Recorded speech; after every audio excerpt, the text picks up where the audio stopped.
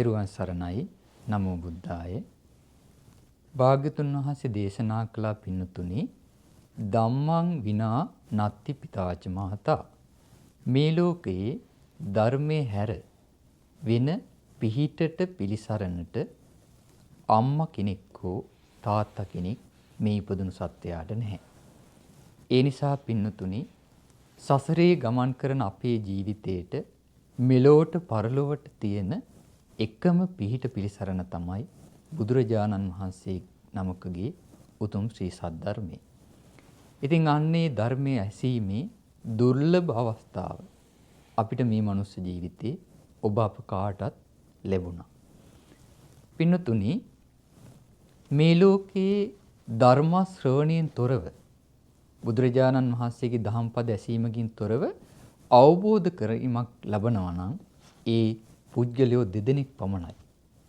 ඒ තමා එක්කෝ ලෞතර සම්මා සම්බුදුරජාණන් වහන්සේ නම ගුරු උපදේශ රහිතවයි ධර්මය අවබෝධ කරන්නේ.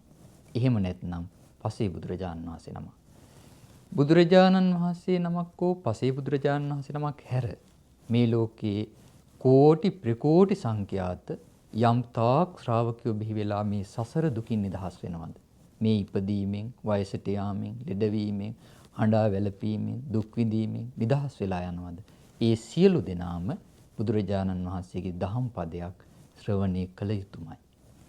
පින්නතුනි ඔබ අහලා තියෙනවා මේ ගෞතම බුද්ධ ශාසනයේ ප්‍රඥාවෙන් අග්ගේශ්වරම ධර්ම සේනාධිපති තනතුර ලැබපු බුදුරජාණන් වහන්සේ තමන් වහන්සේට පස්සේ මේ බුද්ධ ශාසනයේ මේ ලෝකයේ ධර්ම ධාතු අවබෝධ කළයි කියලා දේශනා කළ එකම ශ්‍රාවකයන් වහන්සේ තමයි සාරිපුත්ත මහ රහතන් වහන්සේ. එවැනි මහා ප්‍රඥාවන්ත ධර්ම සේනාධිපති ධර්ම ධාතුවම අවබෝධ කරපු මහා ශ්‍රාවකයන් වහන්සේ පවා ඒ ධර්මය අවබෝධ කරන්නේ ධර්ම ශ්‍රවණේ. අස්සජී මහරහතන් වහන්සේගෙන් සතර පද ගාථාවක මුල් පද දෙක ශ්‍රවණයෙන් තමයි සාරිපුත්ත මහරහතන් වහන්සේ උපතිස්ස පරිබ්‍රාජකයා විදියට සෝතාපන්න භාවයට පත් වෙන්නේ. ඒ නිසා පින්නතුනි කොච්චර පිනෙන් මෝරලා හිටියත් කොච්චර පින් බලය මුහුකුරා ගිහිල්ලා තිබුණත් ඒ ධර්ම ශ්‍රවණය ශ්‍රාවකයෙකුට ඒකාන්තයෙන් අවබෝධය කරා යන්නට ඕමනාමයි. ඒක හරියට මේ වගේ. අපි හිතමු නෙළුම් මලක් තියෙනවා පිපෙන්නට හොඳට මෝරලා තියෙන්නේ. හැබැයි ඒ නෙළුම කොච්චර මෝරලා තිබුණා වුණත් යම් තාක් වෙලාවක් හිර පායන්නේ නැද්ද? යම් තාක් වෙලාවක් සූර්යා උදා නොවේද? කිසිම මොහොතක ඒ නෙළුම විකසිත වෙන්නේ නැහැ.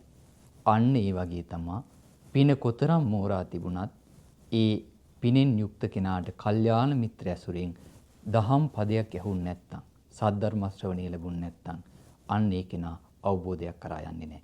ඒ නිසා පින්නතුනි මේ ලෝකයේ යම් කෙනෙක් මේ දුක් විඳින ජීවිතෙන් නිදහස් වෙනවා නම් ඒ සෑම කෙනෙක්ම කළ යුතු මූලිකම දේ තමයි කල්යාණ මිත්‍රින් ආශ්‍රයත් ඒ කල්යාණ මිතුරු ඇසුරේ ශ්‍රී සද්ධර්ම ශ්‍රවණය. ඉතින් අන්නේ දුර්ලභ අවස්ථාව මේ මනුස්ස ජීවිතය ලැබපු ඔබ අප කාටත් දැන් හිමි වෙලා තියෙනවා.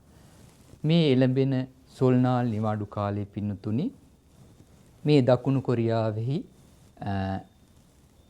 අපගේ මහමෙවුනා අසපුවාසී පින්වත් වැලිමඩ සද්දාසීල ස්වාමීන් වහන්සේගේ ගෞරවනීය වැඩමවීමෙන් දකුණු කොරියාව පුරාවටම අන්සාන් නගරයේ මූලික කරගෙන පෙබරවාරි 16 වෙනි දිනත් තේගු නගරයේ මූලික කරගෙන පෙබරවාරි 17 වන දිනත් කිමේ නගරයේ මූලික කරගෙන පෙබරවාරි 18 වන දිනත් කියන මේ සොල්නාල් නිවාඩු දිනයන් තුන තුල ධර්ම දේශනා වැඩසටහන් මාලාවක් සිද්ධ කරනවා.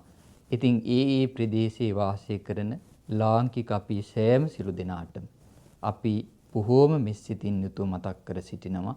ඒ ධර්ම දේශනා ශ්‍රවණය කරන්නට සහ සම්බන්ධ වෙලා තමන්ට මේ ලැබුණු දුර්ලභ මනුස්ස ජීවිතේ බුද්ධ ශාසනයකුත් පුණ ගැහුණු වෙලාවේ ඒ ධර්මයෙන් පිහිටක් පිළිසරණක් සලසා ගන්නට ඔබ කවුරුත් උත්සාහවත් වෙන්න.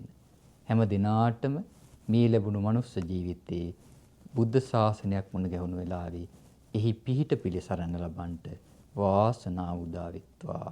සියලු දෙනාටම තෙරුවන් සරණයි. නමෝ බුද්ධාය.